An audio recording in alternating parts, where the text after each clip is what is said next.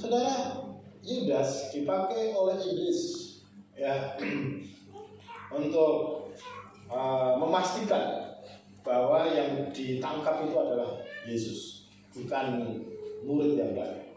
Saudara, kalau salah menangkap nanti disiksa dan seterusnya, maka akan terjadi kesalahan ya, bukan Yesus, maka mereka akan kecewa ahli Taurat atau orang-orang Farisi. Tetapi saudara, Yudas itu bersama-sama Yesus, selalu bersama-sama Yesus, jadi mengenal persis, mengenal siapa atau sosok Yesus itu seperti bagaimana.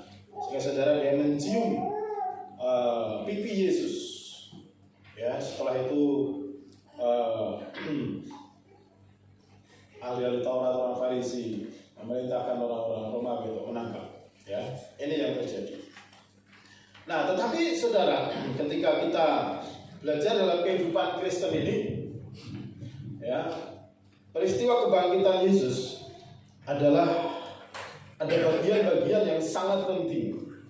Mengapa? Karena kita sebagai anak-anak Tuhan ya, murid-murid Yesus, kita harus mengenal betul siapa Yesus itu ya. Karena terlebih di zaman yang seperti ini saudara, kalau kita tidak mengenal benar-benar siapa Yesus, kita gampang terombang-ambing ya iman kita. Nah saudara, selamat Tuhan, kita belajar dari Injil Lukas pasal yang ke-24. Mari kita baca teksnya, ayat yang ke-13 sampai ayat yang ke-35 ya. Kita akan membaca peristiwa ya tentang Yesus menampakkan diri ya di jalan ke Emmaus. Nah, tema khotbah saya pagi hari ini adalah pentingnya mengenal Yesus secara pribadi. Mari kita baca bersama-sama Lukas 24 ayat 13 sampai 35. Yesus menampakkan diri di jalan ke Emmaus 1:3. Pada hari itu juga 2 orang dari murid-murid Yesus pergi ke sebuah kampung bernama Emmaus yang terletak kira-kira 7 mil jauhnya dari Yerusalem. Dan mereka bercakap-cakap tentang segala sesuatu yang telah terjadi. Ketika mereka sedang bercakap-cakap dan bertukar pikiran, datanglah Yesus sendiri mendekati mereka, lalu berjalan bersama-sama dengan mereka. Tetapi ada sesuatu yang menghalangi mata mereka, sehingga mereka tidak dapat mengenal Dia. Yesus berkata kepada mereka, apakah yang kamu percakapkan sementara kamu berjalan? Maka berhentilah mereka dengan luka-luka. Seorang dari mereka namanya Kleopas menjawabnya, adakah engkau satu-satunya orang asing di Yerusalem yang tidak tahu apa yang terjadi di situ pada hari-hari belakang ini? Katanya kepada mereka, apakah itu? Jawab mereka, apa yang terjadi dengan Yesus orang Nazaret? Dia adalah seorang nabi yang berkuasa dalam pekerjaan dan perkataan di hadapan Allah dan di depan seluruh bangsa kami. Tetapi imam-imam kepala dan pemimpin-pemimpin kami telah menyerahkan dia untuk dihukum mati dan mereka telah menyalibkannya. Padahal kami dahulu mengharapkan bahwa Dialah yang akan datang untuk membebaskan. Tapi sementara itu 3 hari sejak semuanya itu terjadi, tapi beberapa perempuan dan kami telah menyebutkan kabar. Tetapi kita mereka berkata tubuh dan tidak menemukan mereka. Lalu mereka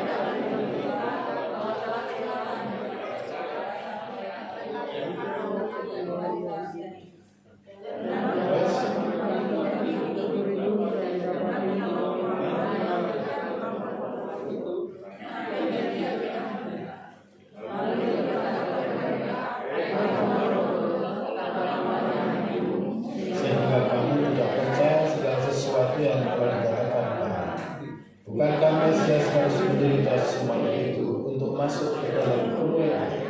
Lalu yang menjelaskan kepada mereka apa yang tertulis tentang Dia dalam seluruh kitab suci, mulai dari kitab-kitab Musa dan segala kitab nabi-nabi. Mereka mendekati kampung yang mereka tuju, lalu yang berbuat seolah-olah tidak meneruskan perjalanannya. Tetapi mereka sangat mendesak saatnya, katanya, tinggallah bersama-sama dengan kami, sebab hari telah menjelang malam dan matahari hampir terbenam. Lalu masuklah ia untuk tinggal bersama-sama dengan mereka. Waktu ia duduk makan dengan mereka, ia mengambil roti, mengucap berkat, lalu memecah-mecahkannya dan memberikannya kepada mereka. Ketika itu terbukalah mata mereka dan mereka mengenal dia. Tetapi ia lenyap di tengah-tengah mereka. Kata mereka seorang kepada yang lain, bukankah hati kita berkobar-kobar dengan kita di tengah jalan? Dan ketika ia menerangkan kitab suci kepada kita, lalu bangunlah mereka dan terus kembali ke Yerusalem. Di situ mereka mendapati 11 murid itu. Mereka sedang berkumpul bersama-sama dengan teman-teman mereka. Kata mereka itu, sesungguhnya Tuhan telah bangkit dan telah menampakkan diri kepada Simon. Lalu kedua orang itu menceritakan apa yang terjadi di tengah jalan dan bagaimana mereka mengenal dia pada waktu ia memecah-mecahkan roti. Puji Tuhan.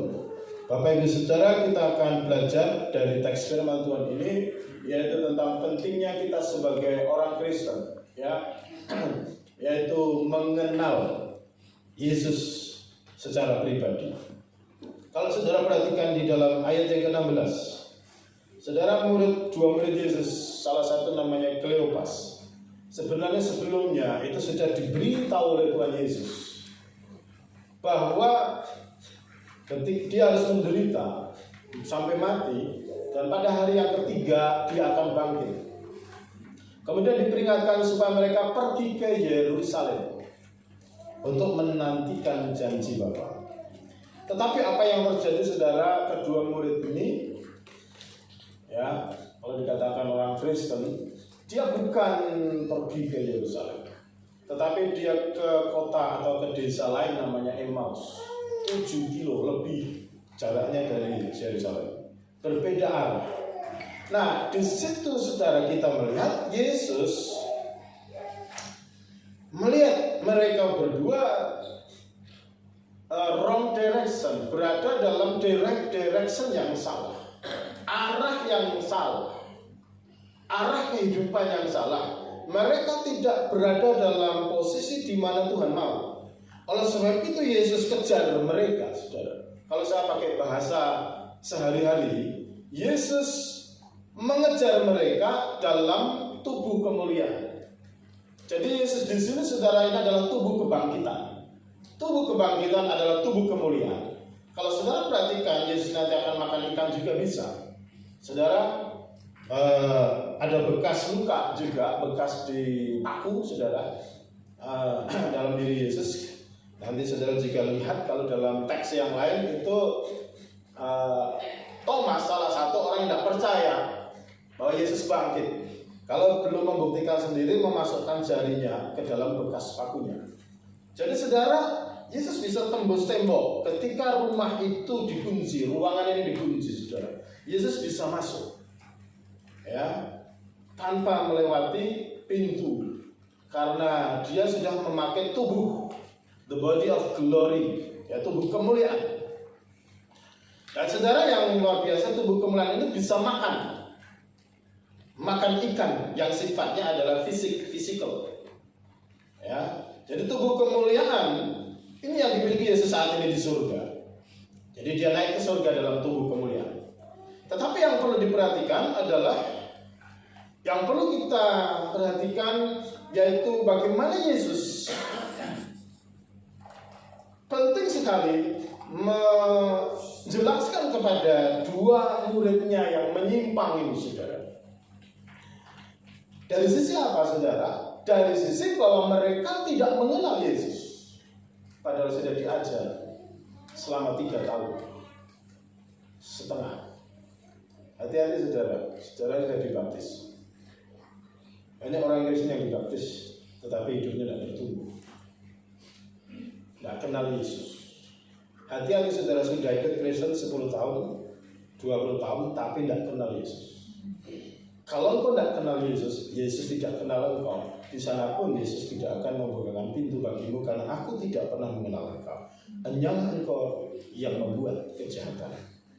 Mimbar, peralatan musik, pelayanan di gereja, kehidupan saudara di rumah, adalah bukan satu-satunya ukuran, tetapi kehidupan sehari-hari yang benar di hadapan Tuhan haruslah merefleksikan pengenalan akan Yesus sebagai Juru Selamat, sebagai Tuhan dan kehendak. Ini akan saya jelaskan 3 poin tentang pentingnya mengenal Yesus. Saudara, begini, jadi orang yang punya konsep yang salah tentang Yesus, maka perilakunya akan salah. Apa yang salah di sini, saudara? Kalau saudara perhatikan, Yesus ya di sini mencela mereka, bahkan maaf dengan kata-kata yang kasar. Tuhan bisa kasar kepada kita, barangkali bisa membuat saudara kita tersinggung. Tetapi itu demi kebenaran dan demi pelurusan hidup.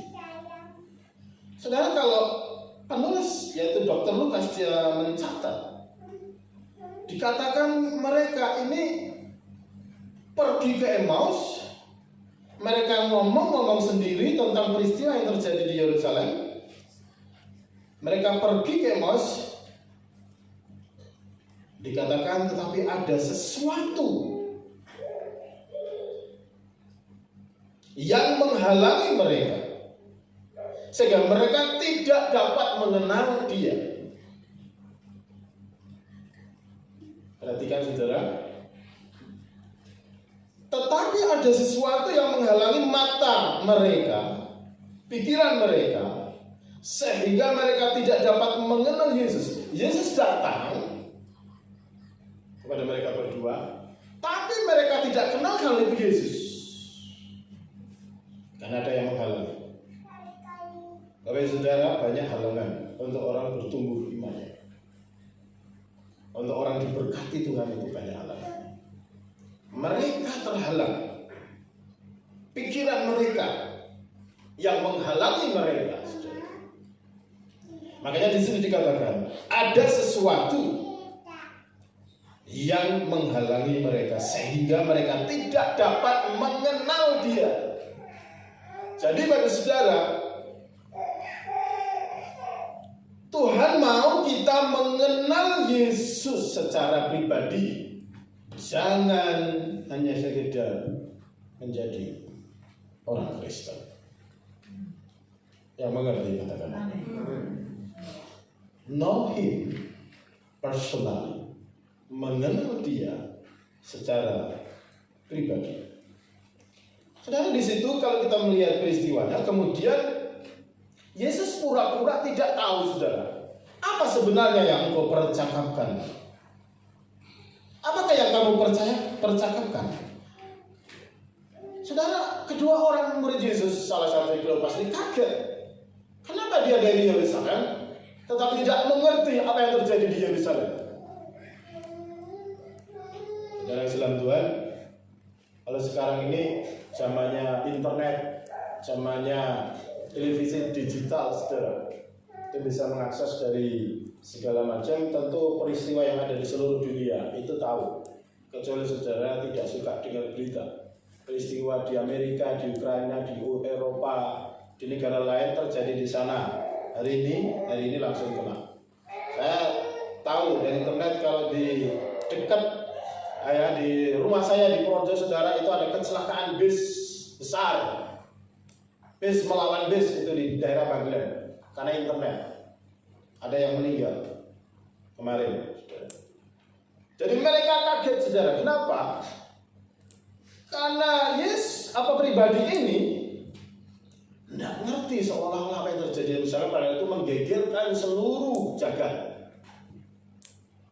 Bagaimana ada orang yang mengalami penderitaan yang disebut Yesus. Dan mereka menjelaskan, dikatakan dia, apa yang terjadi dengan Yesus?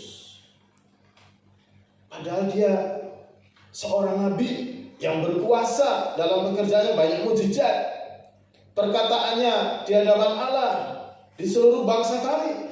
Tetapi imam-imam, kepala pemimpin-pemimpin telah menyerahkan dia untuk dihukum mati. Mereka telah menyalibkan dia. Ini dua orang memberitahu kepada Yesus yang mereka tidak kenal.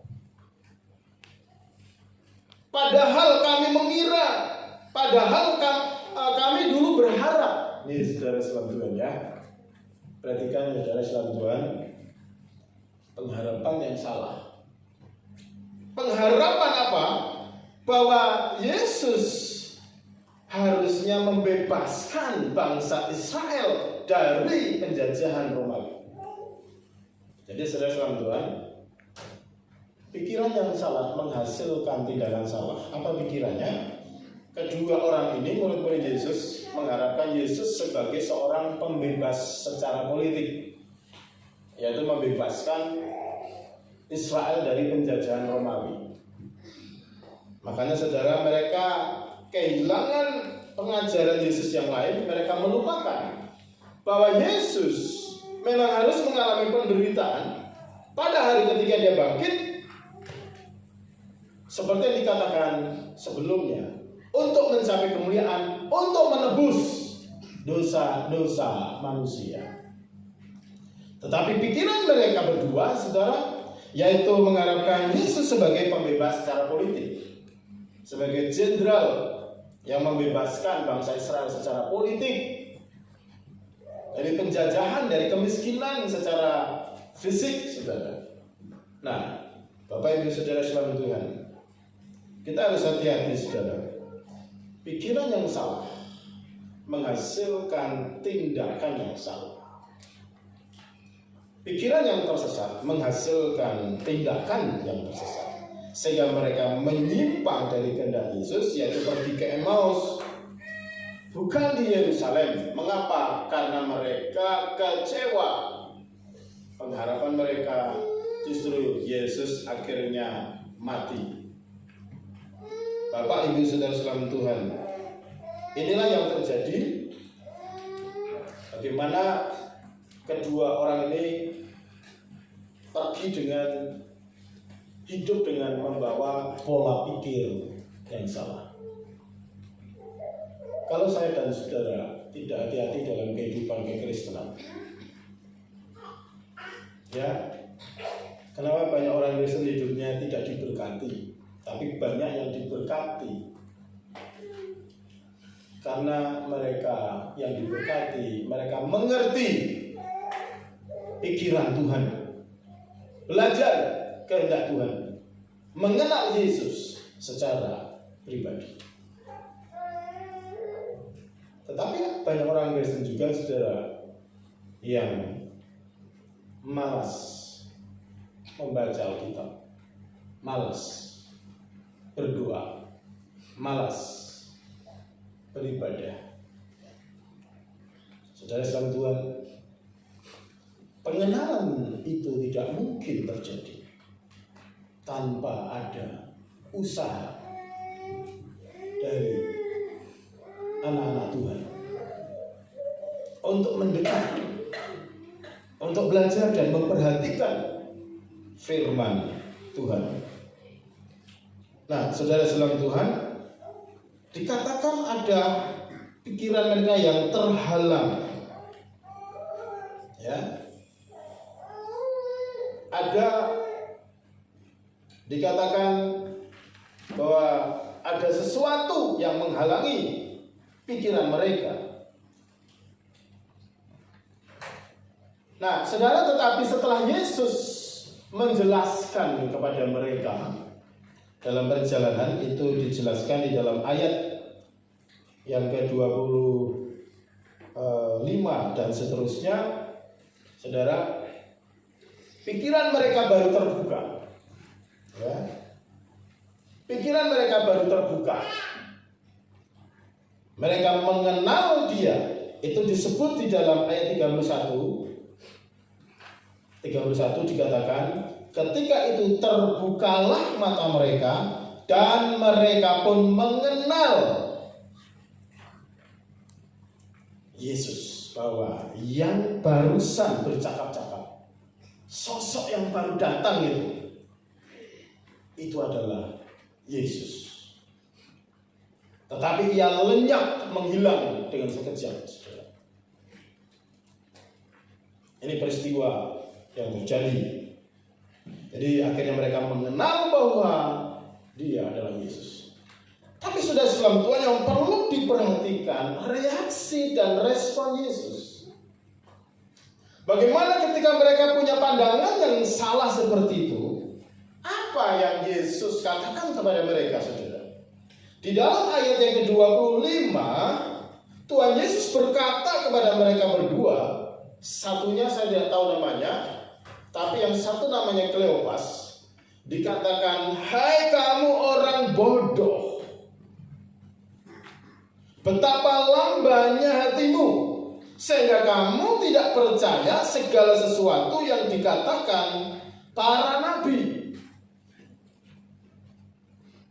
Hai kamu orang bodoh, bukankah Mesias harus menderita semuanya itu untuk masuk ke dalam kemuliaannya? Bapak Ibu Saudara kasih dalam Tuhan, Tuhan Yesus berkata sangat keras dan kasar kepada dua orang ini, saudara. Kamu lamban, kamu bodoh. Saudara, kita sebagai orang Kristen, hati-hati saudara. Tuhan mau kita punya kecerdasan rohani. Tuhan mau kita mengenal Dia pribadi. Yang mengerti kata-kata amin. Kita diharapkan untuk mengenal Yesus secara pribadi. Kebodohan yang dimaksud Yesus adalah kebodohan di mana dia tidak memperhatikan apa yang Yesus ajarkan. Selama 3,5 tahun, di hari-hari akhirnya, Tuhan Yesus berulang kali, saudara, bahwa dia harus mengalami penderitaan. Karena dia akan dibangkitkan pada hari ketiga. Dia mengalami penderitaan untuk mencapai kemuliaan. Saudara, ini yang dilupakan. Saudara, saya dorong kita semua untuk mengingat pengajaran-pengajaran Yesus. Dan untuk menerapkan semua prinsip-prinsip kitab suci dalam kehidupan saya. Dalam bisnis, dalam hubungan dengan sesama, dalam pekerjaan, dalam hubungan dengan lawan jenis, dalam pelayanan, dalam kehidupan dengan negara, dengan masyarakat. Memperhatikan apa yang Yesus ajarkan. Maka gereja akan mengalami yang namanya kemajuan. Gereja akan menjadi saksi. Gereja akan menjadi berkat. Bukan lamban. Lamban itu adalah lambat. Lambat untuk mengerti. Jadi seperti kura-kura, saudara. Kura-kura itu jalannya itu pelan-pelan sekali. Ya. Seperti keong. Seperti bekicot. Jangan menjadi orang Kristen dalam pengenalan Tuhan, jadi orang Kristen bekicot. Jangan orang Kristen keong. Keong memang ada beberapa yang suka ya dimakan. Ya. Kayak Sergio ini kayaknya senang makan keong. Anak-anak lain beberapa suka cari keong. Saudara, enak, sehat. Tapi jangan ikutin jalannya yang secara rohani lamban. Karena apa? Kalau Yesus tidak mengejar, maka kedua orang ini bisa binasa, meninggalkan Yesus. Saya tidak membahas soal Yudas. Yudas memang orang yang tidak beriman, saudara. Tidak dipanggil. Tapi saudara itu dipanggil oleh Tuhan. Yang percaya, katakan amin. Saudara semua dipilih oleh Tuhan. Tidak semua orang dipanggil. Sebenarnya semua orang dipanggil, tetapi sedikit yang dipilih. Kalau dia setia sampai akhir, maka dia orang pilihan. Tapi saudara, banyak orang yang tidak setia kepada Yesus sampai akhir. Ya, sudah pernah dengar tentang Yesus, tapi gara-gara pacar akhirnya meninggalkan Yesus. Gara-gara cowok, cewek, gara-gara kerjaan, gara-gara uang, tinggalkan Yesus. Saudara sekalian Tuhan, banyak ya menjual Yesus, meninggalkan Yesus, tidak setia. Ya, berarti banyak dipanggil, sedikit yang dipilih. Yesus begitu keras, saudara. Sebenarnya dia juga keras kepada kita. Kalau kita ini lamban dalam mengenal Tuhan.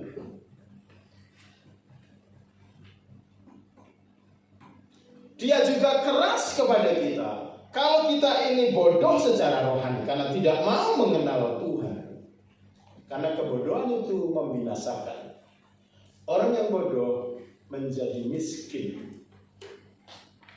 Maka orang itu harus bisa membaca. Dengan engkau bisa membaca, engkau bisa belajar. Karena orang bodoh itu akan menjadi miskin. Orang bodoh menjadi jahat. Orang bodoh itu akan meninggalkan Tuhan. Makanya orang yang masuk neraka semuanya adalah orang yang bodoh. Orang yang masuk surga adalah orang yang bijaksana. Yang dalam kehidupannya dia bukan hanya memikirkan hal dunia, tetapi dia selalu memikirkan juga seimbang, yaitu perkara-perkara rohani. Bapak Ibu Saudara yang dikasihi Tuhan. Jadi kita melihat ya, kata yang dipakai adalah dalam bahasa Yunani-nya epigenesko. Kata epigenesko berarti mengenal, mengetahui, mengerti secara pribadi. Jadi peristiwa pengenalan terjadi karena mereka mengalami ada perjumpaan. Jadi saudara sekalian Tuhan, bukan hanya sekedar pengetahuan, tetapi ada kata epigenesko ini kalau saudara lihat. Jadi ayat yang 16. Mereka tidak mengenal dia, itu dipakai epigenesko. Ayat 31 juga sama di dalam bahasa aslinya adalah epigenesko. Itu punya pengertian saudara bahwa kata mengenal bukan hanya dari pengetahuan, tetapi juga dari perjumpaan secara pribadi, dari pengalaman secara pribadi dengan Yesus. Jadi saudara, di situ kalau kita lihat apa yang dilakukan Yesus, Yesus menjelaskan kitab suci dari perjanjian lama, ya, sampai perjanjian baru, kitab Musa, kitab Mazmur, kitab para nabi tentang Mesias. Dan saudara, baru mereka juga berjumpa dengan Yesus, dan setelah itu dia makan roti dengan Yesus. Apa yang pernah mereka alami sebelumnya, sebelum Yesus mati di kayu salib? Mereka akhirnya sadar bahwa dia adalah Yesus. Terbuka pikirannya, terbuka hatinya. Akhirnya di dalam ayat 31 dikatakan, terbukalah mata mereka. Dan mereka pun mengenal dia, tetapi Yesus lenyap, menghilang. Epigenesko. Bapak Ibu Saudara sekalian Tuhan. Jadi kita perlu belajar mengenal Yesus secara pribadi. Yang pertama saudara, mengenal bahwa Yesus adalah Mesias. Ini saudara yang pertama yang kita harus mengenal dia. Mengenal Yesus sebagai Mesias. Katakan, Yesus adalah Mesias. Saudara, saya akan berusaha menjelaskan sesederhana mungkin siapa Mesias. Di dalam ayat yang ke-26 dikatakan saudara, bukankah Mesias harus menderita semuanya itu untuk masuk ke dalam kemuliaannya? Jadi saudara, yang pertama kita harus sadar bahwa kehadiran Yesus adalah menggenapi nubuat perjanjian lama. Bahwa Yesus adalah Mesias. Mesias adalah Allah sendiri yang turun ke dunia untuk menyelamatkan umatnya dari dosa-dosanya. Ini saudara. Makanya disebut di sini, bukankah Mesias harus menderita? Jadi saudara, sangat penting di sini kita harus mengenal Yesus yang pertama sebagai Mesias, sebagai juru selamat pribadi. Saudara menjadi orang Kristen, kalau saudara tidak percaya bahwa Yesus adalah Mesias, saudara tidak masuk surga. Karena Mesias adalah Dia telah memikul dosa manusia. Itu dijelaskan di dalam 1 Petrus 2 ayat 24. Ia sendiri telah memikul dosa-dosa kita dalam tubuhnya di kayu salib. Jadi saudara mengenal Yesus, yang pertama orang Kristen harus mengenal Dia sebagai juru selamat, sebagai Mesias, sebagai penebus dosa. Saudara sekalian Tuhan, Petrus mengatakan Ia mati di kayu salib, menderita di kayu salib, karena Dia memikul dosa-dosa kita. Makanya orang yang percaya Yesus, dia menerima yang namanya anugerah, grace yang sangat besar. Kalau saudara kita sepupu orang-orang Muslim, saudara, hari ini mereka disebut bulan anugerah, the month of grace, melalui fasting, puasa. Dengan saudara, saya sempat jalan-jalan pagi, saya menemukan seorang Muslim yang saleh. Dia bilang begini, yes, saya tanya, apakah Bapak puasa? Iya, saya puasa. Padahal dia mencangkul, saudara. Dia mencangkul, dia menanam padi, mempersiapkan benih. Bapak kuat berpuasa. Semua kalau diniatin pasti kuat. Insya Allah kuat, Pak. Saudara, saya melihat potret bahwa mereka keyakinan mereka ini bulan anugerah, maka mereka berusaha berpuasa sekalipun harus bekerja banting tulang untuk cari makan. Mereka tetap puasa. Tapi tidak semua saudara puasa. Anugerah selama 1 bulan, puncaknya nanti di Fitri, Idul Fitri. Itu keyakinan mereka.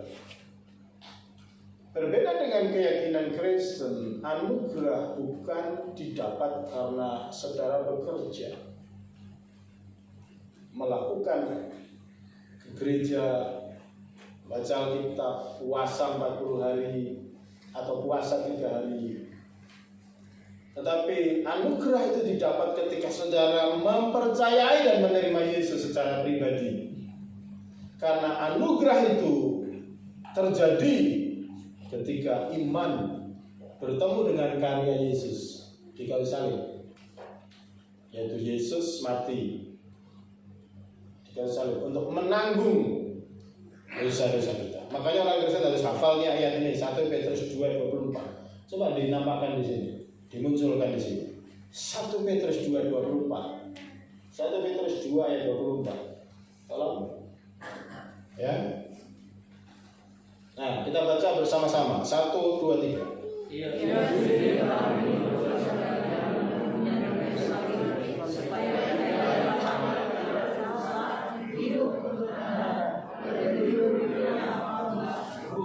Perhatikan bagi saudara, ini ditulis oleh Rasul Petrus. Petrus dia berkata, dia melihat apa yang dilakukan Yesus adalah karena memikul dosa-dosa saudara, menanggung dosa-dosa saudara. Maka saudara yang mati terhadap dosa, Karena berbuat dosa, saudara mati. Karena berbuat dosa, saudara binasa. Tetapi karena iman kepada anugerah Kristus, iman kepada karya Kristus kasih, saudara hidup. Dihidupkan. Yang percaya, katakan amin. Saudara dikatakan hidup dan hidup untuk kebenaran. Amin, saudara. Tidak lagi hidup untuk dosa. Bukan lagi hidup untuk berbuat dosa. Bukan lagi hidup untuk menjadi hamba dosa. Ini ya yang baru baptis harus mengerti. Setelah dibaptis, engkau harus taat kepada firman Tuhan. Hidup untuk kebenaran. Bukan hidup lama. Jadi hidup seperti dulu, tapi hidup baru. Makanya yang dibaptis perlu lebih sungguh-sungguh lagi. Saudara, jadi yang pertama mengenal Yesus sebagai Mesias. Dia adalah juru selamat. Amin. Dia bukan nabi. Saudara lihat murid-murid kedua Emos ya, yang pergi ke Emos, dia berkata di dalam ayat yang ke-19 dikatakan dia adalah seorang nabi. Yesus bukan sekedar nabi. Yesus bukan manusia biasa. Dia seorang nabi yang berkuasa dalam pekerjaannya. Dia mengatakan dia seorang pembebas. Saudara, wrong thinking, salah dalam keyakinan. Kalau di dunia ini, saudara, kalau yang percaya Yesus sebagai nabi, bisa dikatakan mungkin 4 miliar, 4 sampai 5 miliar. Orang Kristen jelas percaya Yesus nabi. Yesus memang memberita kebenaran. Tetapi banyak orang Kristen yang sungguh-sungguh yang memegang Alkitab, dia percaya bahwa Yesus Tuhan, firman Allah yang menjelma menjadi manusia. Tetapi yang 2 miliar, 1 miliar lebih, dia hanya percaya Yesus adalah nabi saja. Seperti nabi-nabi yang lain. Maka mereka tidak menyembah Yesus. Karena tidak mungkin orang menyembah nabi atau menyembah manusia. Makanya orang yang ke Emos ini hanya percaya Yesus sebagai nabi. Dia lupa bahwa Yesus adalah Mesias, Anak Allah, Allah yang menjelma menjadi manusia untuk menebus dosa manusia, untuk menyelamatkan manusia dari penderitaannya. Jadi saudara, kalau saudara hanya percaya Yesus sebagai nabi, saudara tidak akan selamat. Saudara tidak akan masuk surga. Saudara akan tetap mati dengan dosamu.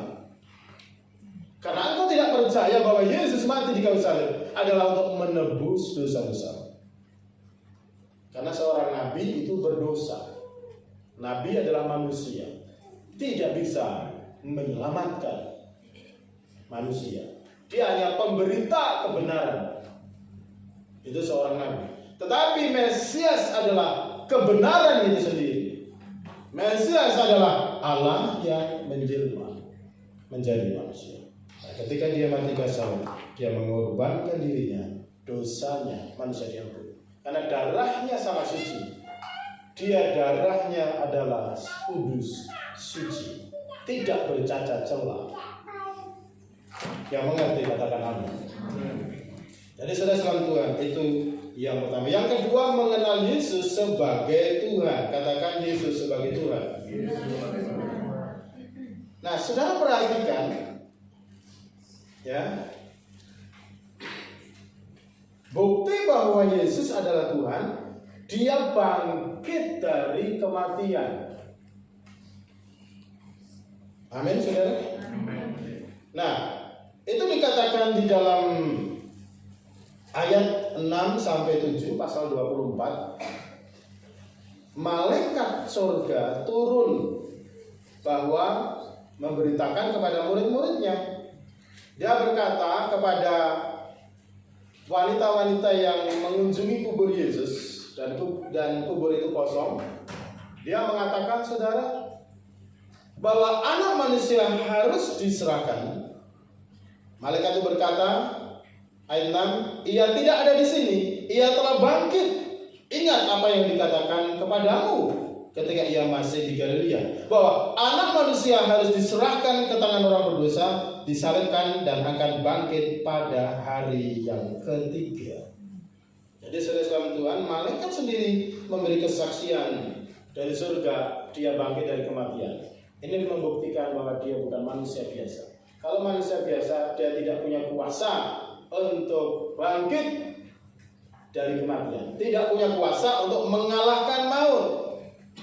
Ya, saudara yang dikasihi Tuhan, itu juga disebut di dalam ayat 36, pasal 24. Ya, Yesus membuktikan bahwa dia bangkit, dia menembus, dia menampakkan diri, membuktikan ketuhanannya, membuktikan keilahiannya. Dia masuk ke dalam ruangan yang tertutup. Dikatakan ayat yang ke-36, ketika mereka sedang bercakap-cakap, Yesus tiba-tiba berdiri di tengah mereka dan berkata, damai sejahtera bagi kamu.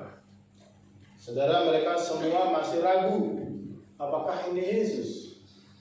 Bahkan ada yang berpikir bahwa dia hantu, karena masuk tembus, saudara. Jadi dia masuk tembus dimensi fisik ini, saudara. Tetapi Yesus membuktikan dia bangkit. Dia memang bangkit. Lihat tangan, lihat kaki, lihat bahwa hantu itu tidak ada daging dan tulang. Saudara, hantu itu hanya makhluk roh. Tetapi Yesus ini ada tulang, ada daging, tetapi sudah dalam kemuliaan, dalam tubuh kemuliaan. Kemudian Yesus mau membuktikan betul-betul bahwa Yesus yang bangkit. Dia minta kalau ada ikan, saudara, dan kemudian mereka memberikannya ikan, sepotong ikan goreng, dan kemudian Yesus makan, mengambil dan makan. Ini adalah kebangkitan Yesus dari kematian, adalah membuktikan keilahian bahwa Yesus adalah Tuhan. Kemudian di dalam pasal 20, saudara, ayat Yohanes, Injil Yohanes, ayat yang ke-27. Kalau saudara perhatikan, Thomas adalah salah satu murid yang tidak percaya bahwa Yesus bangkit. Sebelum dia membuktikan sendiri, yaitu mencucukkan jarinya ke dalam bekas pakunya. Kemudian Yesus masuk dalam ruangan, menampakkan diri kepada murid-murid, salah satunya kepada Thomas. Dan Yesus berkata, Thomas, taruhlah jarimu di sini.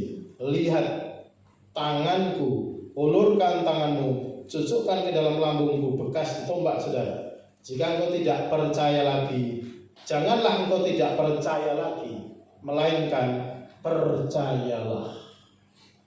Saudara, akhirnya Thomas percaya bahwa Yesus bangkit karena membuktikan sendiri. Saudara sekalian Tuhan, Yesus berulang kali dia menampakkan kepada murid-muridnya, dia membuktikan bahwa dia ini bangkit dari kematian dengan menunjukkan luka, bekas lukanya, saudara. Makan ikan, saudara. Itu beberapa kali. Itu membuktikan bahwa kebangkitan Yesus, itu membuktikan bahwa Yesus itu adalah Tuhan. Yang mengerti katakan amin. Jadi orang Kristen yang bertumbuh, orang Kristen yang diberkati Tuhan adalah kalau dia mengenal Yesus sebagai bukan hanya juru selamat, tetapi sebagai Tuhan dalam hidup pribadinya. Yang mengerti katakan amin.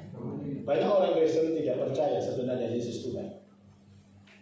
Dari mana, saudara? Karena dalam kehidupan sehari-hari dia tidak mempercayai Yesus itu hadir dalam hidupnya. Yesus itu campur tangan dalam kehidupannya. Tidak percaya mujizat, tidak percaya kuasa Tuhan bekerja.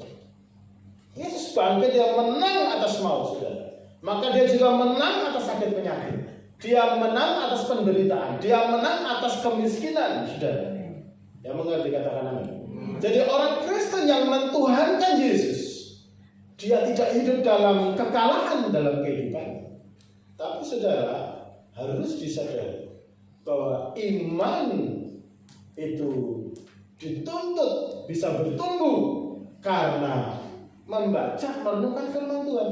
Dan dengan membaca, merenungkan firman Tuhan ini, iman saudara akan bertumbuh dan saudara bisa mengenal Dia sebagai Tuhan.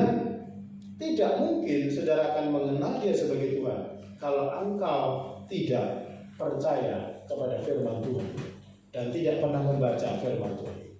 Saudara, jadi saudara dalam Tuhan, yang kedua ini sangat penting. Yang pertama sangat penting, yang kedua juga sangat penting. Yang pertama mempercayai Yesus, mengenal Yesus sebagai Mesias, sebagai juru selamat pribadi. Bukan saudara diselamatkan bukan karena kesalehan saudara sendiri, karena kesucian hidup saudara sendiri, karena anugerah salib Kristus. Tapi yang kedua saudara, menjadikan Yesus sebagai Tuhan. Ini adalah sikap iman. Yesus tetap Tuhan sekalipun saudara tidak percaya kepada Dia sebagai Tuhan. Tetapi kerugian pada diri saudara sendiri. Karena orang Kristen yang tidak percaya, yang tidak mentuhankan Yesus dalam hidupnya, maka kehidupannya akan kalah, akan mengalami kehancuran, akan mengalami kemerosotan, tidak akan mengalami pertumbuhan. Kenapa? Karena tidak mentuhankan Yesus. Arti mentuhankan Yesus, saudara, itu apa, saudara? Artinya Dia yang berdaulat dalam hidup saudara. Dia yang berkuasa dalam hidup saudara. Dalam semua areal kehidupan kita, dalam bisnis, pekerjaan, dalam studi masa depan, saudara selalu mempercayai Tuhan, mempercayai semua karena anugerah Tuhan. Saudara mengikuti Dia ya sebagai Tuhan. Ya, banyak orang Kristen yang mengaku Yesus sebagai Tuhan tapi tidak mentaati firman-Nya. Jadi orang yang tidak mentaati firman-Nya, perintahnya, berarti tidak mentuhankan Dia. Dia bos, kita ini hanya hamba. Kita harus nurut sama Tuhan. Itu prinsip yang sangat penting. Kalau saudara mau hidupnya diberkati Tuhan, saudara dalam Tuhan, itu arti mentuhankan. Ya, jadi bukan hanya dalam ucapan, dalam perkataan, tapi keyakinan, belief. Kalau saudara yakin bahwa Yesus Tuhan, maka sebenarnya tidak ada sesuatu yang sulit dalam kehidupan ini. Kalau saudara yakin bahwa Yesus Tuhan, maka tidak ada perkara yang sukar, tidak ada perkara yang mustahil. Apakah saudara mengerti? Banyak orang Kristen hanya dibatasi otaknya saja. Saya berdoa saudara terbuka pikirannya, jangan seperti Kleopas yang tertutup, yang menolak firman, yang tidak mempelajari firman Tuhan. Pikirannya tertutup, punya konsep sendiri, tidak mau berubah, tidak mau diubah. Jadi saudara, kalau kita belajar di sini, saudara, ini adalah tipologi.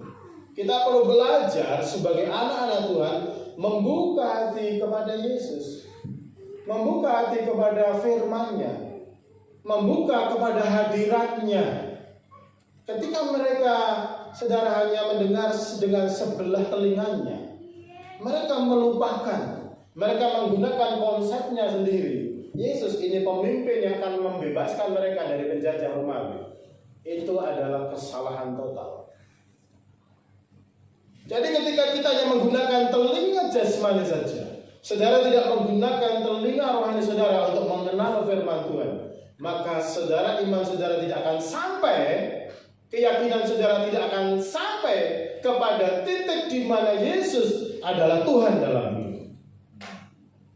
Dan saudara, kita ketika menghadapi situasi yang sulit dalam hidup, krusial dalam hidup, kritis dalam hidup, mengalami kepanikan, kebingungan, kekalahan, dan seterusnya. Kenapa? Karena hanya sebatas pengetahuan. Saudara, jangan merasa kita sudah pintar. Belajar itu harus terus-menerus. Mengenal Tuhan itu tidak akan pernah tamat. Setiap hari semakin saudara dekat dengan Tuhan, semakin saudara mengenal pikiran Tuhan, semakin hidup saudara berubah akan seperti Yesus. Kalau orang Kristen, saudara-saudara, kita sebagai anak-anak Tuhan, kita hanya tahu, jangankan tahu, tidak tahu lebih banyak, maka lamban yang terjadi, kelambanan rohani. Saya percaya kehidupan kita ingin maju secara iman, amin. Tetapi memang butuh banyak harga, Bapak Ibu Saudara. Saudara, kita butuh yang namanya kedisiplinan rohani, butuh yang namanya will, kehendak yang kuat, butuh yang namanya ketekunan, faithfulness, butuh yang namanya kerendahan hati untuk mengenal kebenaran, butuh yang namanya setelah itu ketaatan, belajar taat, sekalipun tidak mudah. Belajar untuk taat firman Tuhan, sekalipun itu tidak mudah. Memang saudara-saudara Tuhan, di sini Tuhan Yesus ya, ketika dia berjumpa dengan Kleopas dan salah satu muridnya, dia mengoreksi kelambanan mereka. Berarti mereka tidak percaya Mesias. Yang kedua, mereka tidak percaya Yesus Tuhan. Makanya saat itu saudara, Tuhan Yesus menegur melalui menampakkan diri kepada mereka. Makan, Yesus makan ikan. Yesus menunjukkan. Saudara, itu Yesus luar biasa. Dia guru, dia Tuhan yang dengan kesabaran, dengan segala kesabaran menjelaskan siapa dirinya kepada murid-murid. Yesus begitu sabar sekali. Bahkan Petrus, dia dikejar, dicari saudara. Dia sudah apa? Dia sudah mencari ikan. Dia sudah meninggalkan Yesus, kembali kepada profesi lamanya. Saudara, manusia itu sangat lemah. Kalau orang itu tidak terus-menerus belajar. Saudara, makanya continue faithfulness, kesetiaan kepada kebenaran. Saudara, itu harus diperjuangkan. Saudara, kita itu harus berjuang untuk mengenal Tuhan. Yang mau katakan, yang mengerti katakan. Apakah di hari Minggu ibadah minggu cukup? Tidak cukup sama sekali. Kita perlu tiap hari membaca Alkitab, berdoa, mengenal Tuhan. Tidak mungkin suami istri itu bisa mengenal satu yang lain kalau dia hanya ketemu 1 minggu sekali, 1 bulan sekali. Dia harus berkomunikasi setiap hari,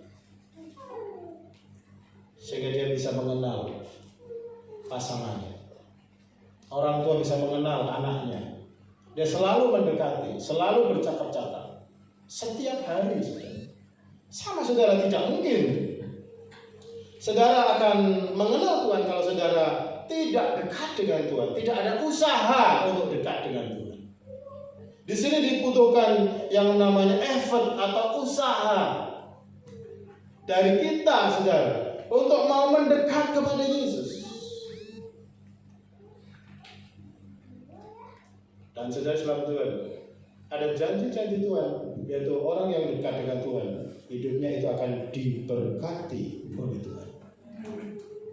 Hidupnya akan diberikan anugerah, kasih karunia yang begitu luar biasa. Apalagi saudara, orang mau berusaha. Saudara, kita harus selalu ingat siapa diri saudara. Karena ketika saudara mengingat siapa dirimu, maka saudara akan sadar dan berusaha hidup untuk bertumbuh. 1 sadar dan hidup untuk berusaha mengenal Tuhan. Siapa dulu, saudara? Siapa dulu sekarang? Siapa sekarang, saudara? Saudara bisa menjadi seperti sekarang karena siapa? Saudara bisa menjadi seperti ini karena siapa? Ketika saudara mengerti hal-hal yang seperti ini, saudara akan belajar bersyukur dan iman saudara akan bertumbuh. Saudara akan belajar bersyukur kepada Tuhan bahwa semua itu karena Tuhan yang berkarya dalam hidup saudara. Amin, saudara. Tuhan izinkan saudara masih hidup sampai hari ini karena Tuhan. Jangan kita menjadi lupa. Berarti Tuhan punya rencana dalam hidup saudara. Jalani hidup dengan kacamatanya Tuhan, dengan kehendak Tuhan. Dan yang terakhir, saudara, mengenal Dia berarti mengenal, menjadi saksinya, mengenal kehendaknya. Katakan mengenal kehendaknya. Ayat 20, pasal 24 ayat 46, saudara. Mari kita baca bersama-sama ayat 46 sampai 49.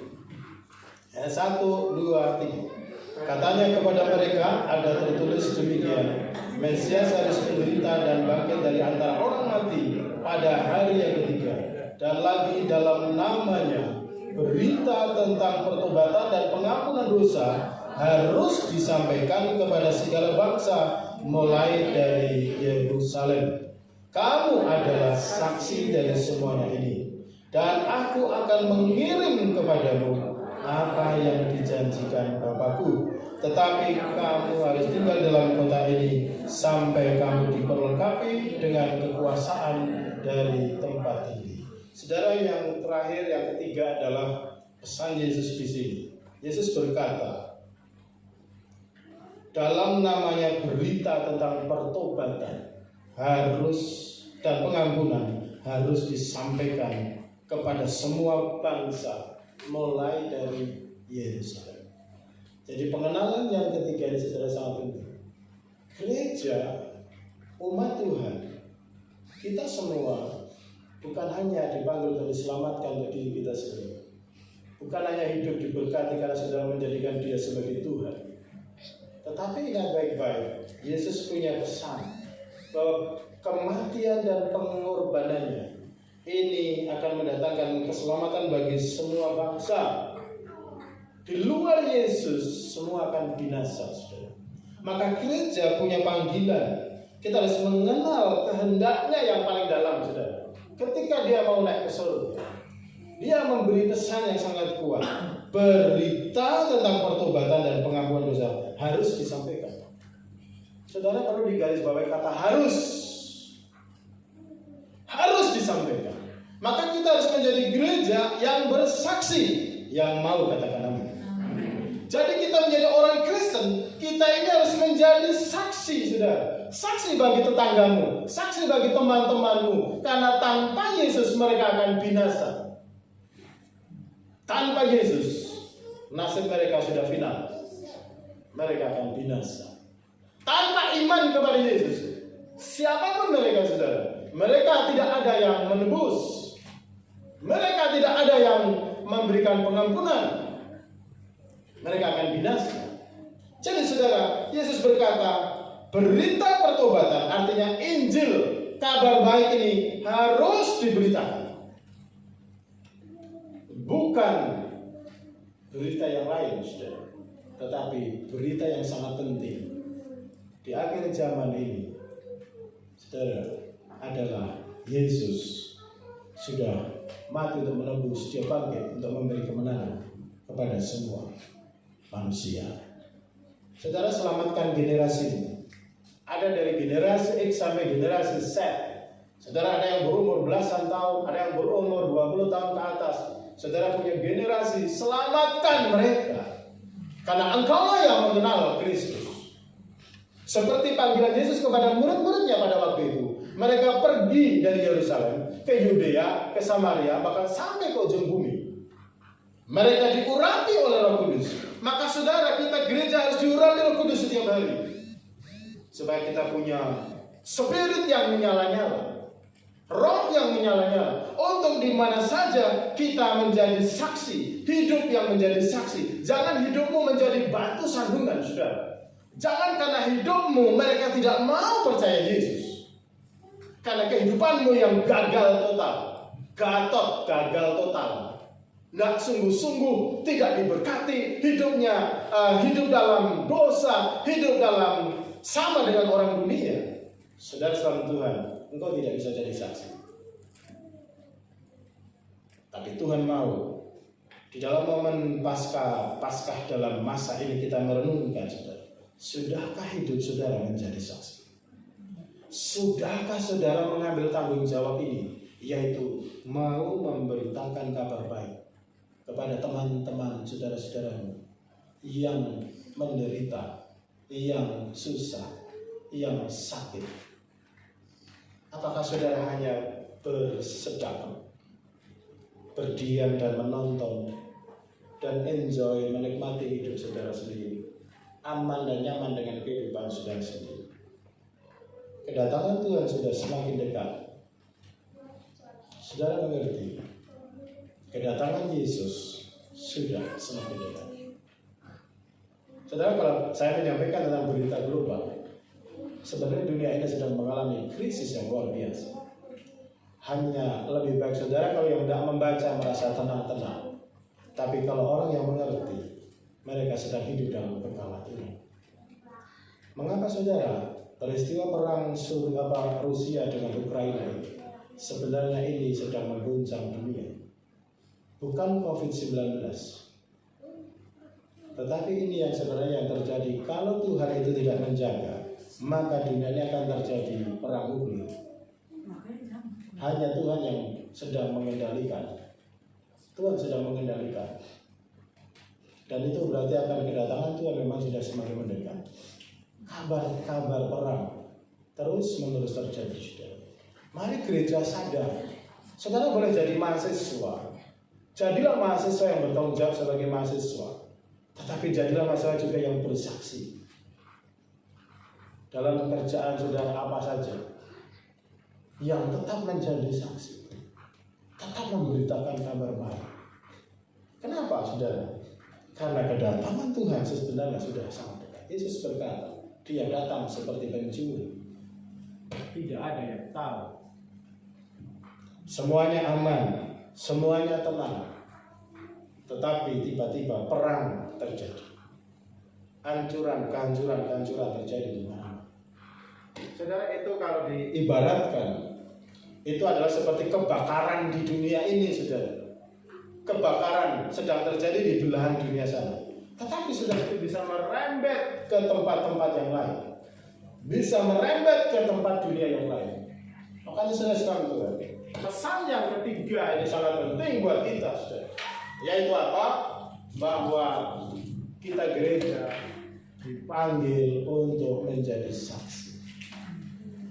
Yang mengerti kata-kata. Itu kehendak Yesus di dalam kehidupan kita. Amin, saudara. Amin. Jadi saudara, di dalam merefleksikan firman Tuhan kita bersama-sama pada saat ini, ada 3 hal yang sangat penting, yaitu di dalam kita mengenal Yesus secara pribadi. Yang pertama, kita mengenal Dia sebagai Mesias, mengenal Dia sebagai Juru Selamat secara pribadi. Yang kedua, mengenal Yesus sebagai Tuhan. Jadikan Dia sebagai Tuhan di dalam kehidupan. Amin. Kehidupan pribadimu. Yang ketiga, mengenal kehendaknya melalui menjadi saksinya. Apakah saudara mau jadi saksi Yesus? Amin. Apakah saudara sungguh-sungguh mau menjadi saksi Yesus? Amin. Firman Tuhan katakan, beritakan berita pertobatan. Bertobatlah. Kemudian berita pengampunan dosa. Orang yang percaya Yesus akan diampuni dosa. Amin, saudara. Amin. Haleluya. Katakan amin. Amin. Mari kita akan bangkit berdiri, kita mengucap syukur dan kita meresponi firman Tuhan.